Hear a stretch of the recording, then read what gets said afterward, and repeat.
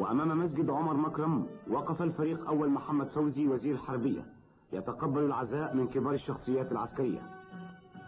ووصل الرئيس جمال عبد الناصر ليشترك في تشييع جنازة البطل الشهيد، وحمل الجثمان الطاهر فوق عربة مدفع ملفوفا بعلم بلاده، وخلفه ضابط يحمل أوسمة الشهيد. وسار خلف النعش الرئيس جمال عبد الناصر وأسرة الفقيد البطل، ووفود ملوك ورؤساء الدول الصديقة، وأعضاء اللجنة المركزية العليا للاتحاد الاشتراكي والوزراء والسفراء، وكذلك رؤساء أركان حرب الجيوش العربية وممثلو منظمة المقاومة الفلسطينية.